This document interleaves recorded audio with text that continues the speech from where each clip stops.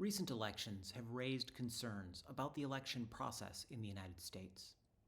After the 2020 elections, researchers from different organizations evaluated the quality of the election process in all 50 states. Here are the ratings from the Heritage Foundation. The states colored green are among the best performers. The states in red are among the worst performers based on their criteria. Here are some alternative ratings from the Electoral Integrity Project. The map is color-coded in the same way. The states colored green are among the best performers. The states in red are among the worst performers based on their criteria. You probably noticed that these two groups draw different conclusions. Some of the states that Heritage rated among the best, like Texas, Georgia, and Wisconsin, are rated among the worst by the Electoral Integrity Project. Some of the states that the Electoral Integrity Project rated among the best, Oregon, Vermont, and Hawaii, are rated among the worst by the Heritage Foundation. So what's going on? How can the results be so different?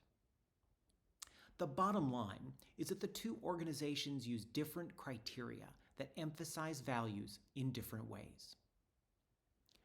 When we think about elections or election reform, proposals made by Democrats are often criticized as overreach of federal authority, or changes that make fraud easier to commit.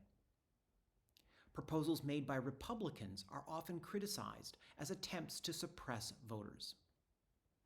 What we often fail to do in our discussions about elections is separate our preferences for who wins from the underlying values and priorities that we want to see. These values and priorities are not about the outcomes or who wins. Instead, they are about the process or how we conduct elections. So let's think about some of the values that we connect with fair competition in elections. Security. We want to be sure that the only people who vote are those who have the right to vote.